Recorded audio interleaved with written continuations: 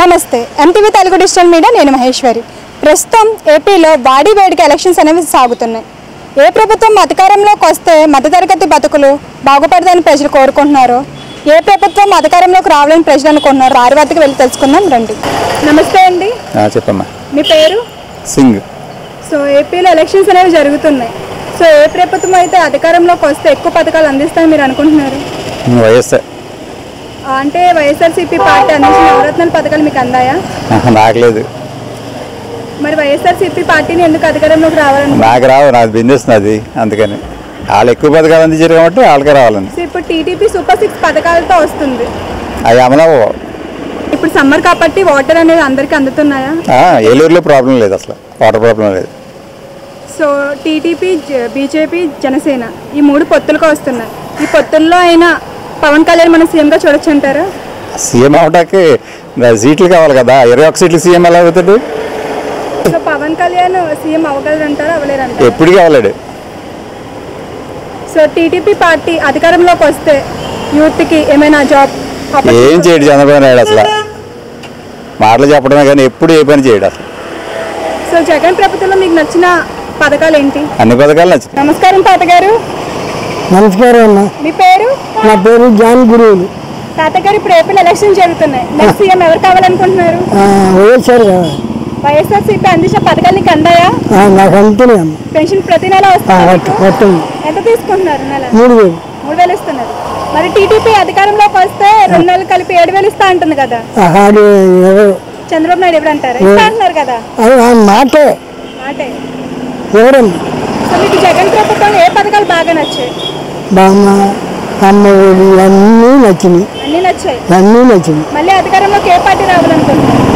వైఎస్ఆర్ రావాలి. వైఎస్ఆర్ రావాలి. నమస్కారం అండి. నమస్తే అమ్మ. మీ పేరు? ఎండి గౌస్మద్దీన్. ఏపీలో ఎలక్షన్ జరుగుతున్నాయి, నెక్స్ట్ సీఎం గా ఎవరు కావాలనుకుంటున్నారు? జగనే కావాలనుకుంటున్నాం అమ్మా. జగన్ అందించిన అన్ని పథకాలు మీకు అందాయా? మాకు వికలాంగుల పథకం నాకు వస్తుందమ్మా. వాలంటీర్ వ్యవస్థ మీకు ఎలా అనిపించింది? పర్వాలేదు, ఇంటికి ఇస్తున్నారు డబ్బులు. సో టీడీపీ అధికారంలోకి వస్తే సూపర్ 6 పథకాలు అందిస్తాయి అంటున్నారు, దానిపై ఏం అందవమ్మా, చూసినాయి కదా ఫస్ట్ అన్నీ కూడా. అది సో మళ్ళీ ఏ ప్రభుత్వం అధికారంలోకి వస్తే బాగుంటుంది అనుకుంటున్నారు?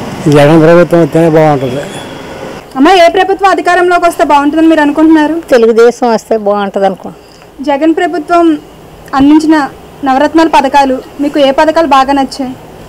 పథకాలు ఏముంది, పథకాలు ఇస్తున్నా కరువు కొట్టుకుపోతుంది. పథకాలు ఇస్తున్నారు, కరువుగా ఉంటుంది కదా, మరి తెలుగుదేశం మీద ఉంది.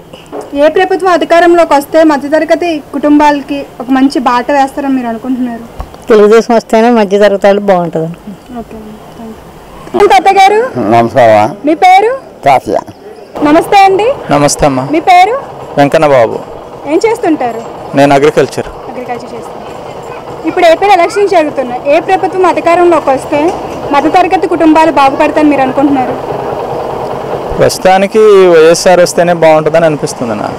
టీడీపీ సూపర్ 6 పథకాలు దూసుకొస్తుంది, అది ఎంతకంతే అనే నా ఆలోచన. మొదటి నుంచి చూస్తున్నా వాళ్ళ భావజాలం అది స్థిరత్వం ఉండదు.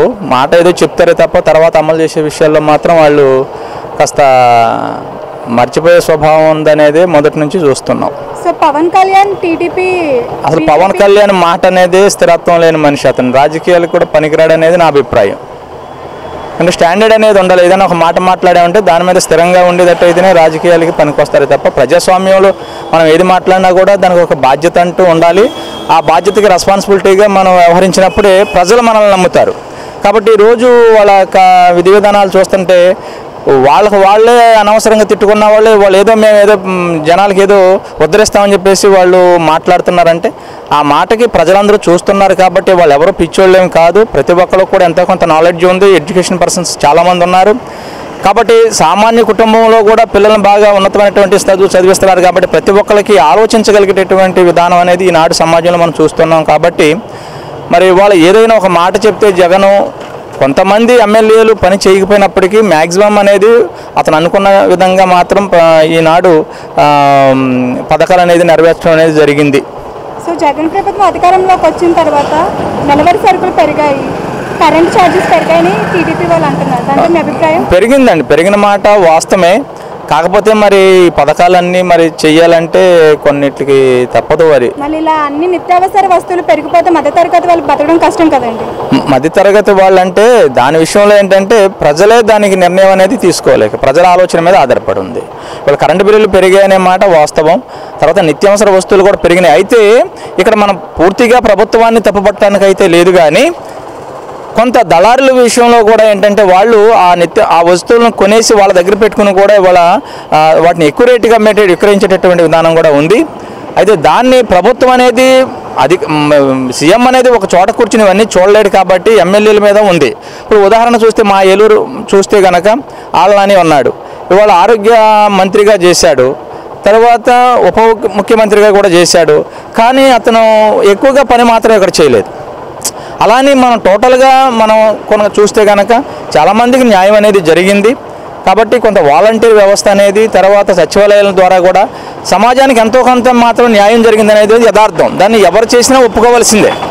ఒకప్పుడు టీడీపీ తిరస్కరించినటువంటి వాళ్ళే ఈనాడు మేము వాళ్ళని పెడతామనేటటువంటి విషయాన్ని వాళ్ళు చెప్పారు. అంటే వాళ్ళ మాటలో స్థిరత్వం లేదు. కొన్ని జగన్ తప్పు చేస్తే కనుక దాన్ని మేము నిక్కచ్చిగా తీసేస్తాము, మేము అధికారంలోకి వచ్చినా తీస్తాం అనేటటువంటి మాటను నిక్కచ్చిగా వాళ్ళు చెప్పట్లేదు.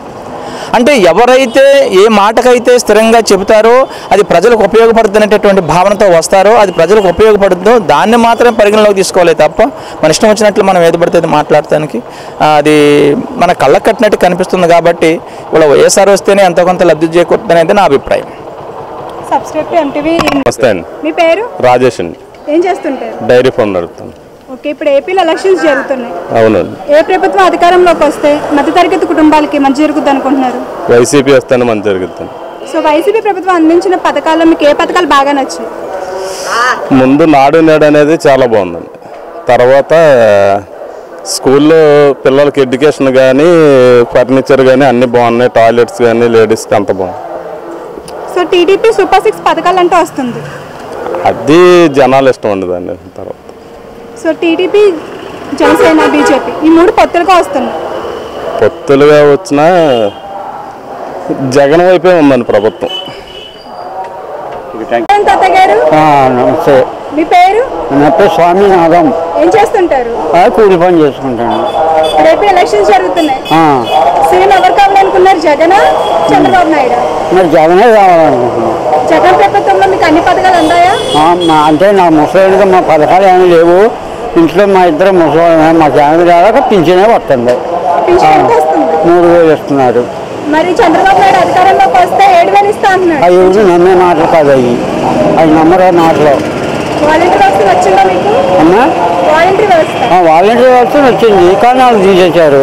ముందంటే వద్దన్నారు, వద్దని వాళ్ళు తీసేసి ఇప్పుడు తీసేసామని మనం గొక్క తిప్పుకొని నేను 10,000 ఇస్తాను అన్నాడు. అంటే తీసేస్తే వేయరేమో అని 10,000 ఇస్తానంటే ఏతారేమో అని మళ్ళీ అట్లా మాయ మాటలు చెప్తున్నాడు. మరి ఏం చెప్తారు, ఎవరు నమ్ముతారు? వాళ్ళ జనాలు ఎవరు లేరు, అమాయకులు ఎవరు లేరు, పిచ్చోళ్ళు ఎవరు లేరు. ఉన్నదాన్ని సరిపెట్టుకుని ఉండాలి, కానీ అది ఏదో ఇస్తారని మాయ మాటలు చెప్తే మాదిగాళ్ళని నమ్మకండిరా, ఓ రెండలారా మరమ మేడికి నడుచుకోండిరా అన్నాడు. మరి ఎందుకు ఉన్నాను కదా, నేను ఉన్నదాన్ని సరిపెట్టుకోవడమే మంచిది. కానీ నా ఓటు మీద జగన్ చెప్పనా. గత 20 సంవత్సరాలుగా దంత సమస్యలతో పాటు దవడ మరియు ముఖ సంబంధ సమస్యలకు చక్కని చికిత్సలు అందిస్తున్న శ్రీ రామకృష్ణ దంత వైద్యశాల, నరసింహారావుపేట, ఏలూరు. ఎమర్జెన్సీస్ లో వాడే ఆక్సిజన్ కాన్సంట్రేటర్లతో పాటు air purifier, UV light steriliser, ULV fogger వంటి పరికరాల ద్వారా పరిశుభ్రమైన వాతావరణంలో చికిత్స అందించబడుచున్నది. ఆర్వీజీ ద్వారా అతి తక్కువ రేడియేషన్ ఉపయోగించి దంత వ్యాధి నిర్ధారణ మరియు రూట్ కెనాల్ వైద్యం చేయబడుచున్నది.